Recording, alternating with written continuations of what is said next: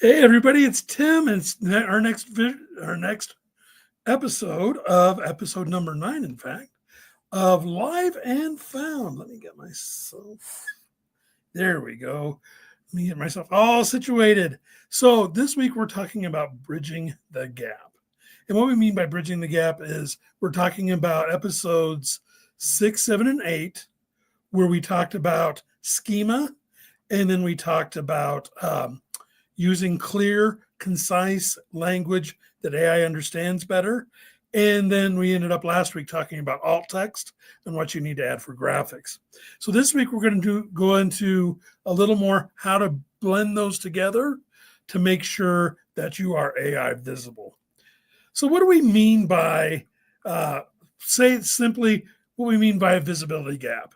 Well, when we're talking about a visibility gap, it's the difference between what you think your business is showing online and what AI actually understands. So, for example, to humans, your website, your social posts, your graphics may look perfectly clear. But to AI, when you're missing alt text or you have vague wording or no structured data, what that does is it can turn a beautiful story about someone overcoming an accident and then turn it into something generic like a hurt man is smiling. That's the gap. The gap is between what we see as humans and what AI interprets it as. So, in other words, it's AI guessing what we're trying to say. But why should a business owner care? If people understand the content, that should be enough, right?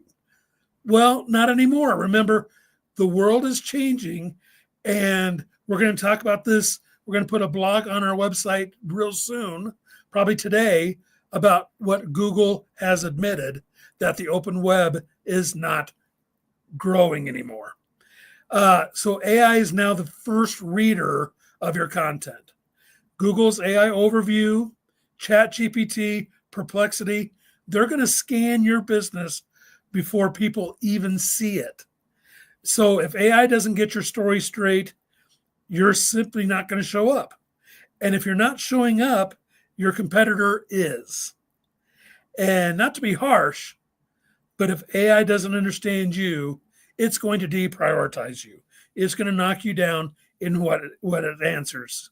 So this is changing from a nice to have to a vital and important part of your strategy. So what happens if you do ignore the gap? You know, you think that we're fine. I'm going to ignore the gap. Well, let's be blunt. It's going to cost you, and it's going to cost you more than you think. You are going to lose customers because AI is going to serve your competitor that answer. You're going to lose trust with AI, and what we're finding is that AI will mislabel you. It'll mislocate you because you're not telling it exactly what it is looking for. And you're going to lose momentum because once AI gets the wrong answer, it's going to keep reinforcing it until you change it. And think of it this way. It's like a drip. And that drip is going to keep going. It's going to drip, drip, drip. But eventually, it's going to become a tsunami of misinformation about you. But it's something you can control. And once you get in that tsunami, it's almost impossible to swim out. It takes a lot more work. So it's more than a technical issue. It's a business problem, and it's something that smart businesses need to address and work on now. So how do you know if you have a gap? Well, we're going back to that lesson we learned last week or a couple of weeks ago when we talked about schema. How do you know if it's a problem? The easiest way is to ask AI directly. Type your business name, your service, your location into your favorite large language model, Perplexity, ChatGPT, Google's AI Overdrive, and see if you show up. And if you do show up, are the details right? So here's a quick checklist that you can try in under 5 minutes.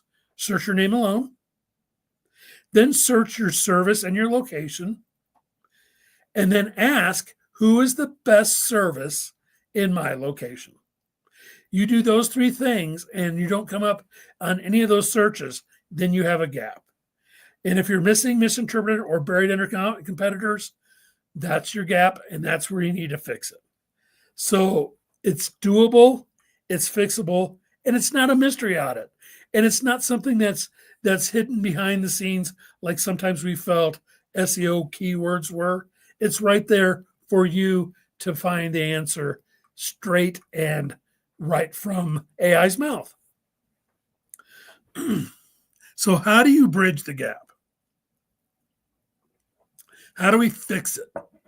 How do we actually bridge the gap between your business and AI? 4 things. Number 1, structured data. We're going back to that schema. Make sure that you're updating your schema. AI can help you immensely with that. AI can help you make your schema better. It can walk you through how to add it to your website, where to add it to your website, how to create it, and what should be on there. Don't be afraid till you have AI tell you how AI finds it. Alt text, and this is for your graphics. Remember to add your alt text. We talked about last week how LinkedIn, Facebook, X, all make it easy for you to add it by just clicking a button. And if you are using a scheduler like we use sometimes, you can use the comment section to add that alt text. And go back, if you want to, please, we ask you to, go back to last week's Live and Found and watch that quickly. It gives a great explanation of how to do this in more detail than we have time for today.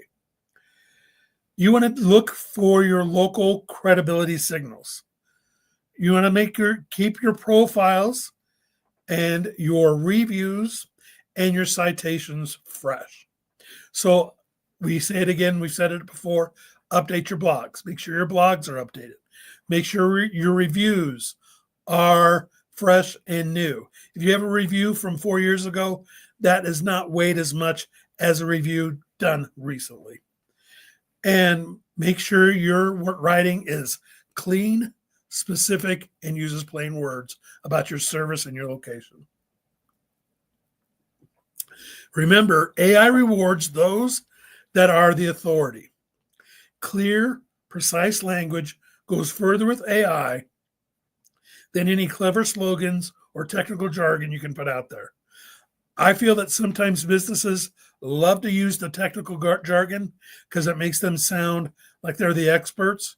Where in AI's eyes, you really want that clear, plain language because that's what people are going to search for. What I call a gas cap is something different in mechanical terms.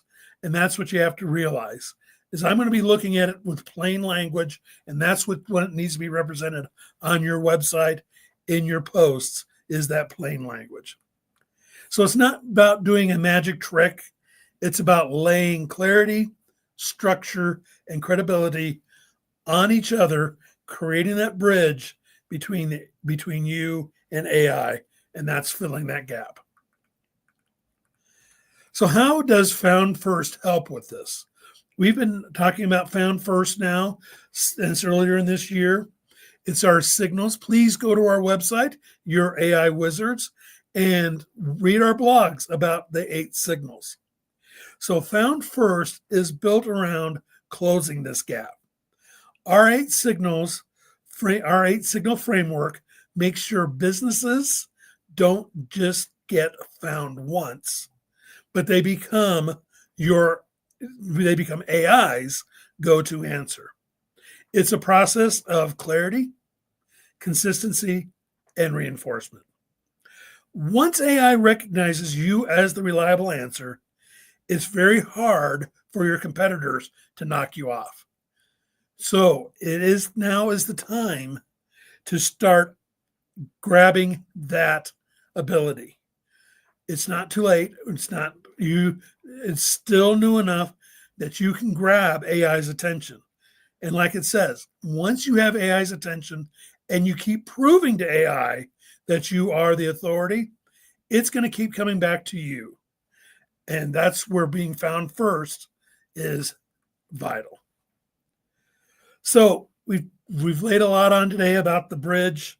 It's very important that you take advantage now, especially because Google has admitted that the open web is not getting as many clicks as it used to.